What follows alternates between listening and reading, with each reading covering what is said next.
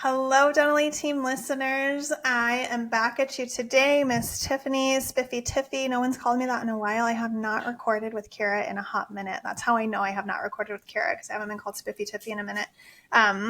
We're here today. I have Miss Kristy with me today. She has just done a slew of recordings with me.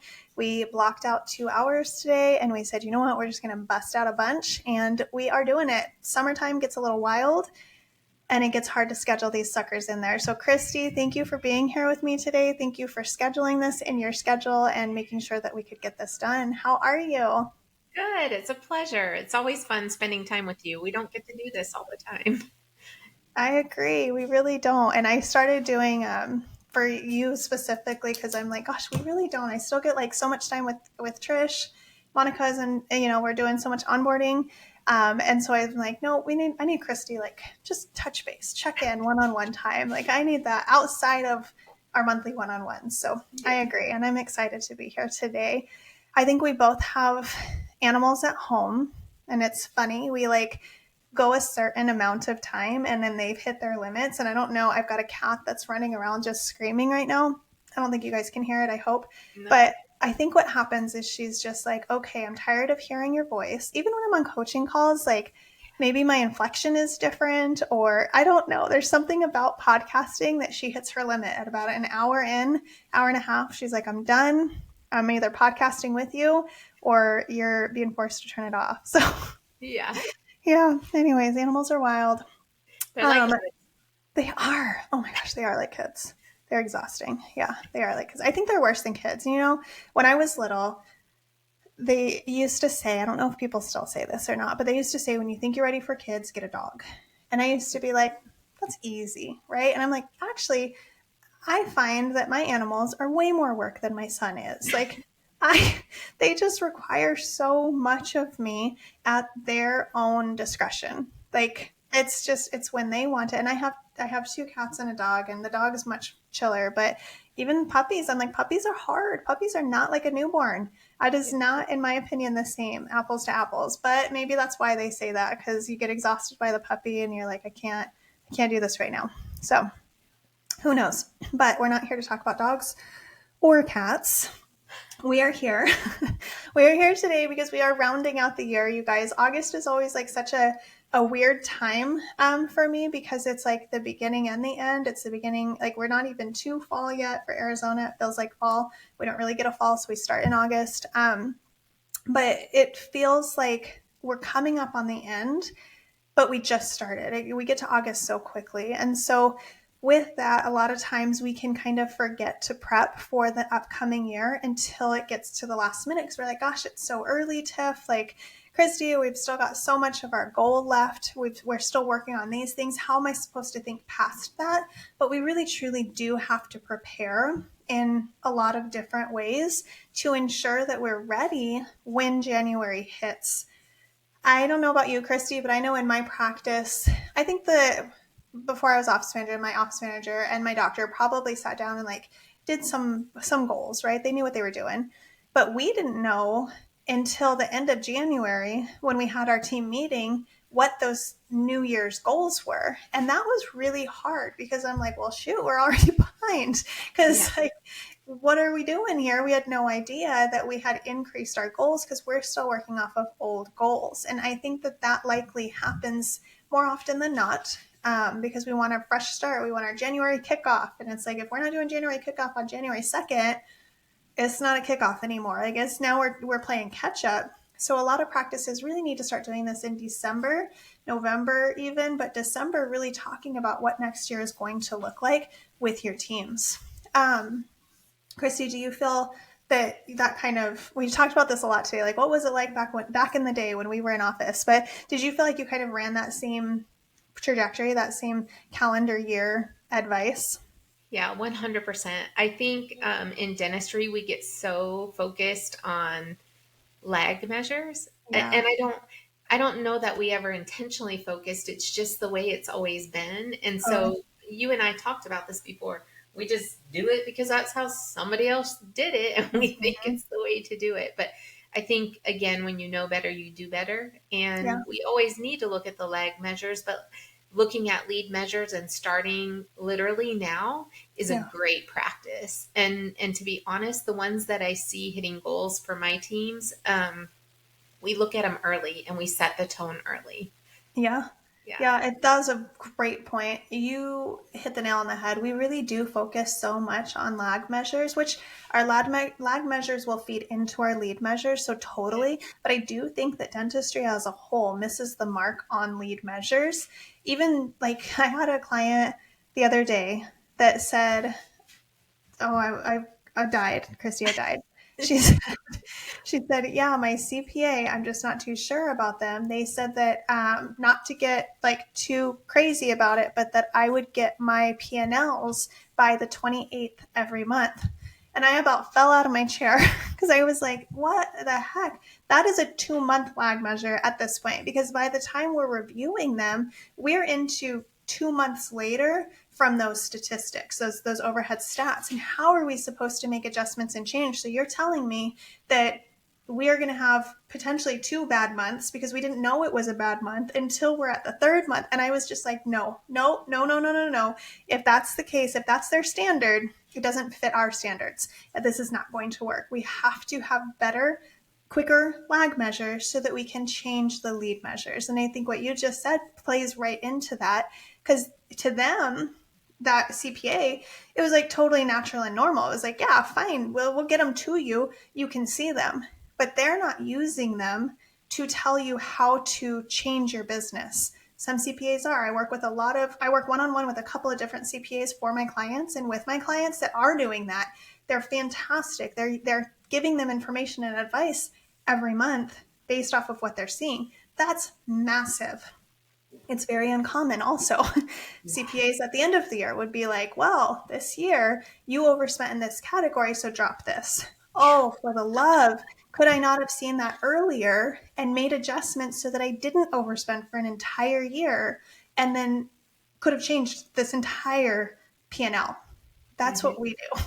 We look at the P&L with you and we dive into it. And like I said, I do have a couple of CPAs that dive into that with me with clients, or sometimes I'll have questions and I'm like, hey, I'll shoot over an email. I'm like, what is this? What are you seeing? And they'll give me the answer and I'm like, fantastic. Thank you. Those are freaking phenomenal. Those are clients that I can really dive into numbers and be like, let's change this. Let's turn the dial on this. Because at the end of the year, when they're like, next year you can't, I don't want to ever tell you that. Next year you can't. No, next year you can, because we adjusted things on the lead measures, meaning what's to come, because we were able to see your lag measures. So, Kristy, that was brilliant. That was a massive tangent, but that was brilliant. And I think it really flows into all of those, because if you're year to date at August and you don't know those numbers, you haven't looked at them with someone, with a CPA, a coach, a consultant, get on that, do that, because what's going to happen is November, your CPA is going to be like, let me tell you all the things you shouldn't have done this year. I don't want that to happen. Get on it today. hello@thedentallyteam.com if you want advice, if you need help, if you want to one-on-one coach with us so that we can help you dive through it. We are here for it. We have had plenty of clients that have seen incredible profit year over year because of the consulting that they've received, because of the directions that we've been able to push them that they weren't able to see. Again, focusing on the lag measures to push the lead measures. Now, other things, I really wanted this to be like a let's prep for the next year, which I don't know when you're listening to this, but right now it's August 2025. So we are prepping for 2026, which is crazy to me. I told, actually, I told Kira this morning, my son, he started senior year today, as I took his little picture and I'm just like, oh my gosh. And he graduates, 2026. And I'm like, I knew this day would come, but it always felt so far. Like I think when I was a kid, I thought we'd be flying around in cars by now, which I think we're actually really close, which is crazy scary. But to me, like 2026 felt so far away when I was a kid. I thought we're going to be the Jetsons by then. So again, I think we're actually really close. But It's crazy to think we're prepping for 2026. You guys, we got to round out 2025 and really be able to project into 2026. And there's some simple things. You guys, we have checklists for this too. So reach out, hello@thedentallyteam.com. We can pop you over some checklists. But there's some really simple things. Kristy, like, I want you to go through, like you were talking earlier on another podcast we recorded about really scheduling some things out. So what are some things that can be done next year that should be in the schedule? And then we'll kind of dive into the goals and stuff that they're going to have to do before we get to the 2026. Absolutely. Well, again, we're all about projecting forward, right? Because you touched on not saying no. And part of saying no may be adding things so we can say yes, Yeah. right? So looking at the schedule, putting in your HIPAA, your OSHA, any CPR, right? Is there CE we're planning on? Let's research it. Let's figure out how much it's going to cost. Are we taking team, not taking team? What's the average cost? Because all of that can be factored into our lead measures, right? And what do we have to make in order to have that happen? Is it a year for raises? Have we done fee evaluations for the upcoming year? A lot of offices don't look at that yearly, and I encourage my offices to, because here's the thing, especially if you're a high PPO, you never get to go to the insurance companies and say, hey, I haven't raised my fees in 5 years, so now I'm going to make this big jump. They don't let you. So Yeah. doing those incremental jumps every year. Another area where people fail to evaluate is if you're selling products. Have you looked at the invoices to see what you're paying? And nowadays, that's a big thing, right? Adding in the tariffs and different things that are affecting what we're paying for. Have you adjusted it? Because a lot of my practices charge like just what they're paying for it. And then we look at it and go, oh my gosh, we're in the hole because we've never adjusted the fees. Yeah. So, getting your new fee schedules, right? If there's any negotiations that need to happen, I would add that to the list too. Yeah, and now is the time to do that, to start negotiating it so that you can have it for that new year. That was massive because that hits both, making sure Yeah. it's scheduled out to update your fees, but then also right now sending in the request for increased fees to be updated. So that was a twofer right there, in my opinion. So good job. Yeah. I also remember earlier you said the PCI compliance. So making Yes. sure all of those PCI, OSHA, HIPAA, all of those trainings, CPR, everybody's up to date and checking all of those. Like, when was the last time any one individual did those pieces, and are there people that need them updated? I know there's a lot of specialty practices that will offer for GP practices the CPR training. We used to do that through the orthodontist we worked hand in hand with. He would it was a referral mechanism for them, right? It's marketing for them, but they would hire the CPR trainer and then they would invite dental offices to come get the CPR training for their team. So it was free for us, and that orthodontist paid for it. So check with those things as well, but making sure those things are scheduled out. And that's something doctors that your office managers should have, that kind of a yearly checklist to make sure that they're going through those. Another thing that you kind of touched on there was like maintenance of different everything, right? You've got everything needs maintenance. So what does your practice look like? What are your compressors looking like? Do they need to be maintained? Your ultrasonics, like really just diving in, and every year it should be that fresh start and looking at what are we going to do. Now, Kristy, you mentioned, which I love because it goes hand in hand with that too, of really budgeting that. So budgeting your CEs. I had a practice this year. They're like, help me, our cash flow, what is going on? When we dove into it, there were a ton of auxiliary necessary purchases and updates that were made to the practice, to the exterior of the practice. So these things were necessary, but they were unplanned for, that I think you can look at and probably project towards the end of the year to really build out a budget and a percentage and a bucket within your 2026 goals. Because you guys, it's really easy. If you know it's going to be X amount of money, divide it out over the 12 months and say, great, how am I going to make that up in production and collections to get that money so it's not costing you? It's coming out of the profit for that year, which is what happened with this other practice. We just thought there'd be more profit, but that profit then went towards, the renovations, that needed to be done, but we could have built it in a little bit better had we known they were coming.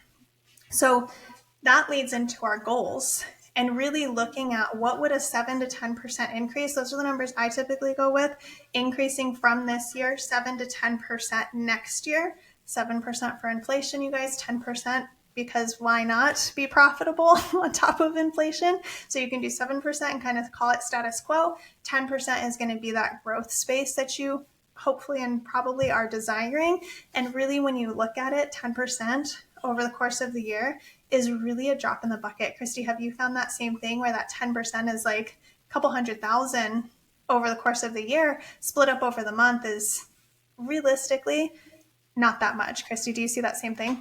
Oh, 100%, Tiff. I think the problem we get into is we wait till the last minute and then we're trying to crunch it in that short amount of time. But when we look forward and we have the whole year, guys, it can be as simple as one more crown a week, Yep. or one more crown a month, depending on where you're lying. But, and when we break it down like that for teams, it makes it so digestible and it helps fire us up. When we make it that simple, 9 times out of 10, I see them even going further because it's like, wow, it was so easy, right? And it never, I mean, think about it in our field, and we all know this to be true. None of my doctors are immune from this, but November and December are crazy months. Why do we do it to ourselves? Yep. Let's start now. Yep. Yeah, I agree. Yeah. And that makes me think of a practice I went into one time and we did their goals. And I said, okay, well, in order to finish the year where we want to, we need to increase your daily goal by $2,000 across 4 hygiene, 2 doctors, right? $2,000. They were like, you're crazy. And I'm like, no, I'm not. This is how much it is per provider. And they were like, Tiff, we love you. We love your training. And we think you're crazy. We're going to put it on there. We're going to try our hardest and we're going to let you know. The next day, they went above and beyond that $11,000 goal by almost $2,000. There you go. The next day, they hit the goal consistently.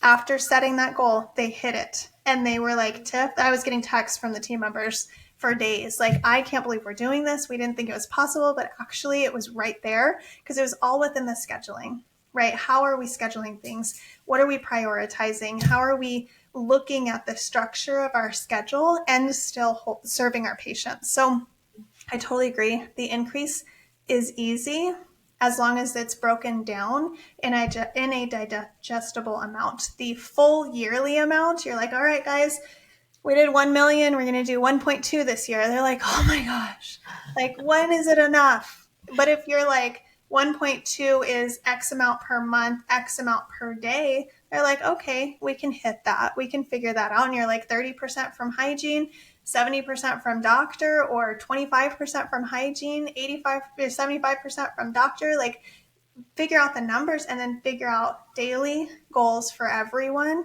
so that it is digestible, because that's much easier to work with. Mm-hmm. Another thing to be really, really prepped for is what did we say? We said, updating the paperwork, you said, Kristy. So making sure we know what next year needs to look like. We just did a podcast on OSHA and HIPAA compliance. So making sure you're scheduling that out, but then also making sure that your HIPAA paperwork is updated is going to be massive. Your health history, if you are taking CEs, does that need to be updated on your health history? Do you need to ask sleep apnea questions or Botox questions or implant questions? Like, do you need to update that at the beginning of the year? And making sure you have all of your patients' data.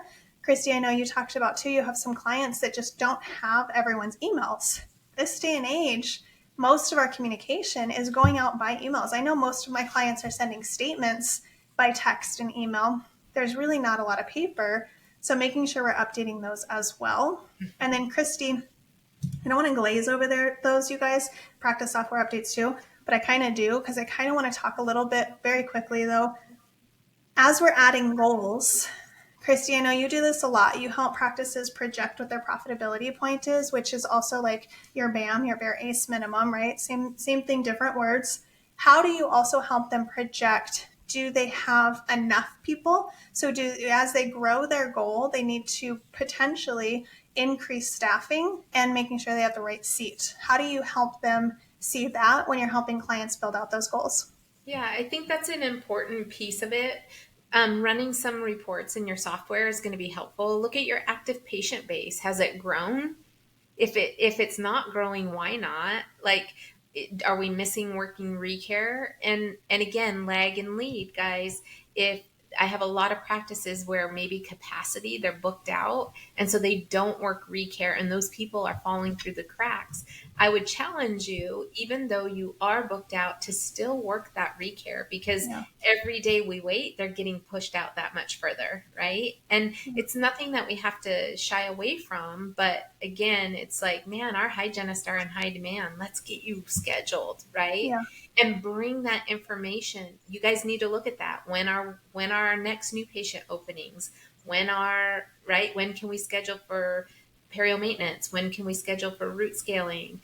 We need to look at our procedure counts and add in maybe extra blocks in our schedule to accommodate that growth Yeah. process. So, Yeah. Yeah, I totally agree. And making sure at the same time then that we have enough team yep. to accommodate those patients, that active patient base. How many patients can one hygienist see in a year? How many hygienists do you have compared to your doctor time? How many assistants do you have compared to the columns of treatment that you're working with? And then one piece I think gets missed, Kristy, in that conversation too, is front office team. So like, how many back office team members do you have in comparison to your front office team? I usually like to use an easy ratio of like the number of dental assistants it takes. I should have front office as well, to kind of duplicate that to make it super simple. But you're right, pulling those simple reports from the system to ensure we're doing everything we can to get those patients in. But what is that active patient count? Because that's going to tell a really big story on how much growth we can sustain on the size and the capacity that we have now and the team that we have. So beautiful. Thank you, Kristy. I think you guys, this wraps up a ton for 2026. I hope you're feverishly taking notes. If you are not driving, if you are driving, re-listen.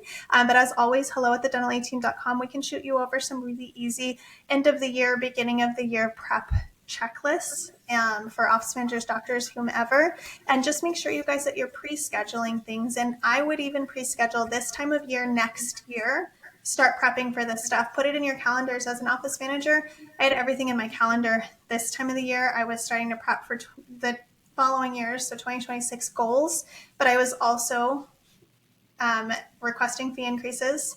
I was sending out end of year letters, right? Like, get your treatment done, because what happens is we tend to wait till October, and that's why November, December is crazy. If you send them now, you can fill September, which we also call September. Start reaching out to those people now and get September filled, October filled, and don't make your life too hectic November and December. You can even those out. So you guys go do these things. They're not hard. They're actually really easy, and they can be really fun. hello@thedentalateam.com. We can send you over this information. And you guys, I have so many consultants on our team. Kristy, Trish, Monica, Dana, they are here helping clients every single day to work through these things and so much more. We would love the opportunity to chat one-on-one with you to see what we can do to help you as well. hello@thedentalateam.com. You guys, we'll catch you next time. Thanks so much.